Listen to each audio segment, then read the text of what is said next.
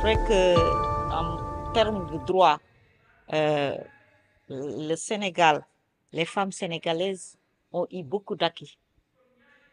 Avec le diagnostic, euh, on a vu que par rapport aux droits, nous sommes très en avance au niveau de la sous-région, au niveau de l'Afrique de l'Ouest. Le Sénégal est très en avance sur certains points tels que les femmes au niveau du Parlement.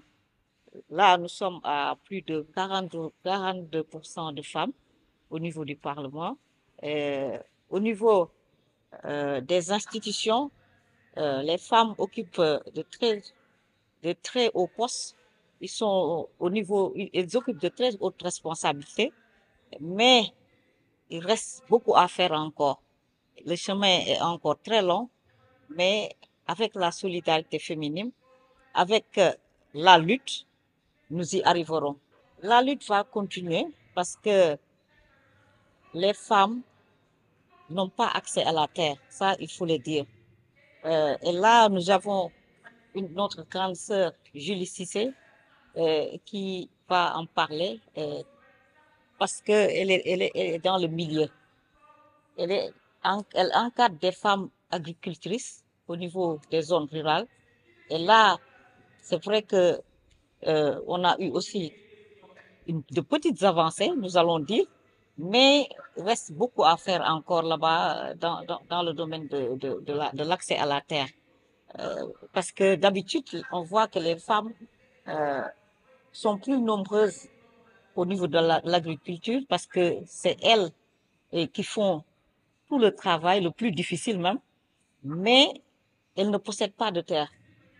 Tout le mois de mars, pour nous, femmes activistes féministes des droits des femmes, moi, ça fait 20 ans que j'ai fait focus sur les droits fonciers des femmes agricultrices. Nous essayons d'évaluer les acquis, développer des stratégies pour consolider ces acquis, mais nous pencher sérieusement sur ces défis qui sont encore là, qui sont des droits, mais qu'on peine à atteindre. Mais la troisième étape, c'est de voir les nouveaux challenges avec ce monde de digitalisation maintenant qui nous interpelle. Je suis activiste des droits fonciers des femmes. Je suis membre d'un mouvement continental qu'on a appelé Women to Kilimanjaro. Et quand on me pose cette question au Sénégal, je souris parce que je fais le continent africain pour voir qu'on a certes des acquis très minimes au Sénégal, mais comme l'a dit ma sœur, Madame Soumaré, on n'a rien à envier aux autres pays. Mais ce que nous notons au Sénégal, qu'il y a cette volonté des autorités à régler définitivement cette question. Et je prends pour exemple toutes ces mesures qui ont été prises par le ministère de tutelle, le ministère de l'Agriculture, réchauffer le fameux circulaire pour attribuer 30%